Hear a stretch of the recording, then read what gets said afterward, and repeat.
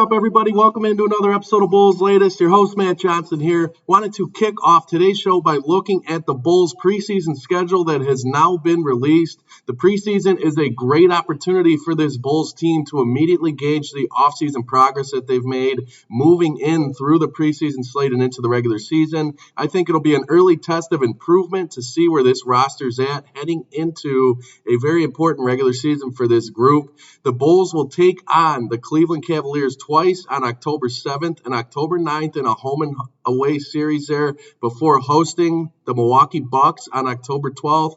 Then following that up by traveling to Denver to battle the Nuggets on October 14th and finishing with a bout against the Minnesota Timberwolves on the 16th of October there.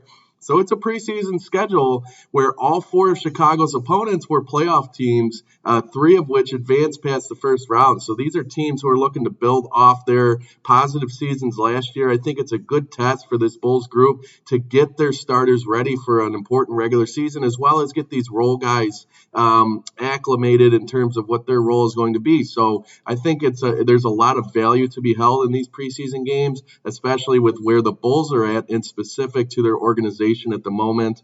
When you look at Cleveland in specific, they'll rely on a community in 2025-26. Ty Jerome, Isaac Okoro, obviously moving over to Chicago, so he'll play his old team in the preseason there.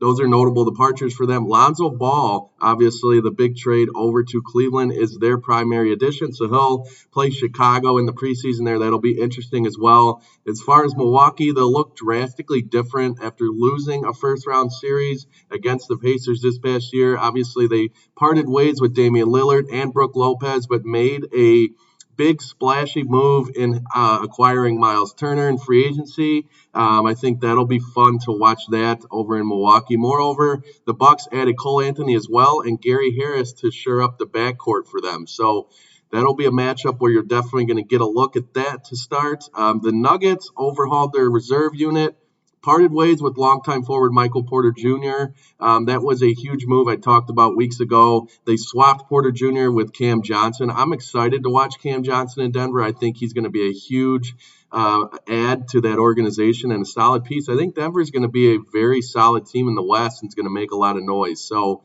the Bulls will get a look at that.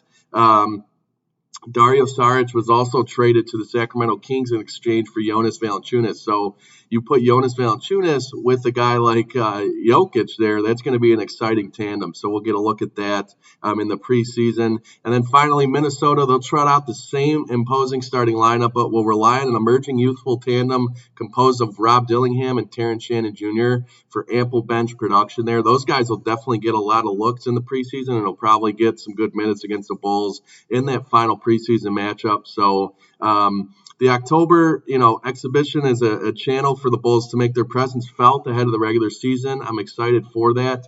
We're getting a look at what these young guys are providing this summer, and then obviously the preseason's a more solidified version of this roster, which is an exciting element to the preseason as well. You're going to get a look at what this Bulls team's really going to look like in the weeks to follow as the regular season kicks off there. So overall, I think the Bulls preseason slate's an important one. I think it's, along with the Summer League, it provides more opportunity to kind of get a look at what to expect with this Bulls team and then get these starters out on the floor, get them some valuable minutes ahead of the regular season. So kind of switching gears here back to Summer League action, the Chicago Bulls are going to take on the Milwaukee Bucks later this afternoon. It's at 5:30 p.m. Eastern, 4:30 Central in Las Vegas there.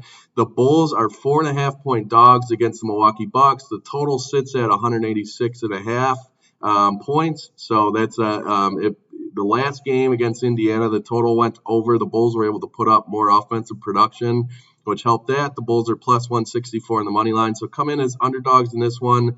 Modest, again, just to reiterate, has been shut down for the remainder of the Summer League, which now is 2 games.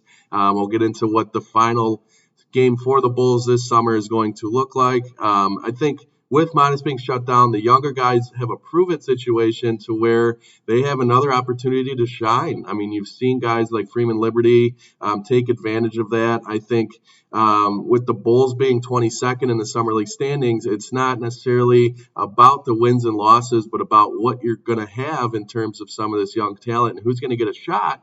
Going back to kind of the preseason talk to make a leap into the Bulls' plans for their roster moving into the regular season. So I think it's an important couple of games here for a lot of these young guys. Again, the format for this summer league, just to touch on it briefly, the top 4 teams will compete in a mini playoff, and then the final teams will compete in a consolation bracket, ultimately getting one more game. It caps out at 5 games at minimum for this summer league slate. So I think it's been a solid transition for these Bulls moving through this summer league. I think a lot of the young guys have shown some promise with that win over the Indiana Pacers the other night.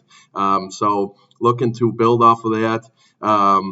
Obviously, you got Milwaukee as well, looking to build on their summer league opportunities as well. They're 1-2 in this summer slate. We'll have a lot of young guys competing as well, so we'll keep an eye on that tonight. I expect the Bulls to come out and compete hard as they did against Indiana, looking to build off of that victory. So kind of going into another schedule update in terms of the Summer League. I said the Bulls would have one more contest scheduled. They now have that official. They will be taking on the Utah Jazz this Friday, 8 p.m. Eastern, and that'll be the final Summer League contest for the Bulls during this go-around here.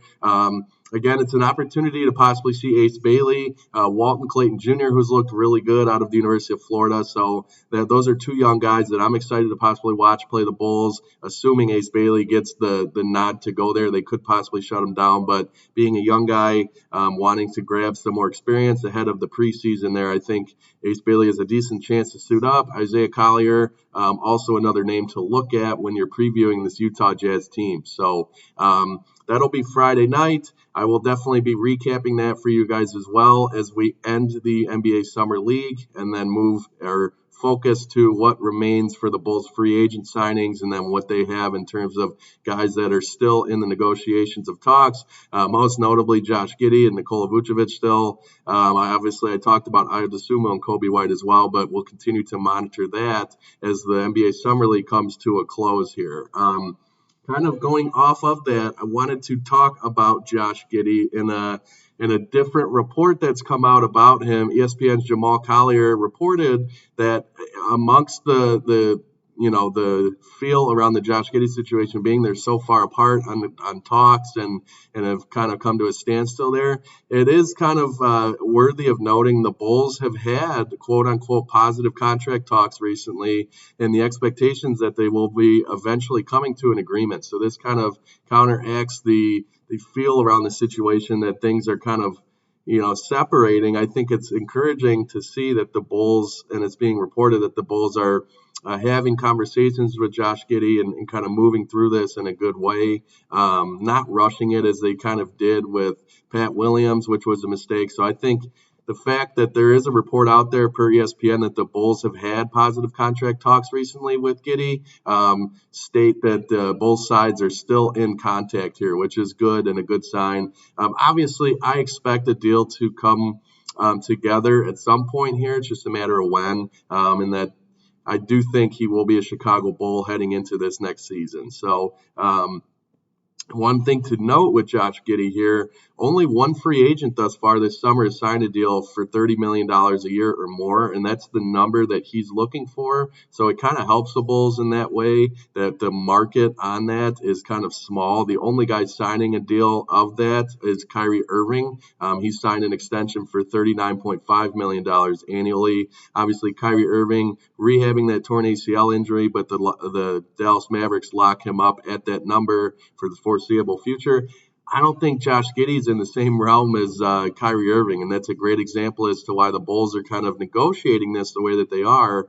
They're trying to grab the value out of what they can with Josh Giddy in terms of getting more of a team-friendly contract. I've talked about this time and time again this summer up to this point, but Josh Giddey's a guy you want to make sure you do it right with in terms of the money situation so that you can set yourself up for a positive future financially as the Chicago Bulls front office, and something they've struggled to do up to this point. I think it's an important thing to get right here if you're the Bulls. So overall, Bulls are in a good position to potentially bring Giddy back, all in all, on a team-friendly deal, a more team-friendly deal, I should say. So we'll keep an eye on that. I'll give you guys a rundown of how the Bulls look against Milwaukee tomorrow in my show, and I will also continue to preview what's next for the Chicago Bulls team, and then what to expect in the final preseason contest, or the NBA Summer League contest against the Utah Jazz on Friday night. So overall, I want to thank you guys again for joining me in another episode of Bulls Latest. Let me know any thoughts you have in the comments, what you like to see from this Bulls organization moving forward, and we will see you guys next time.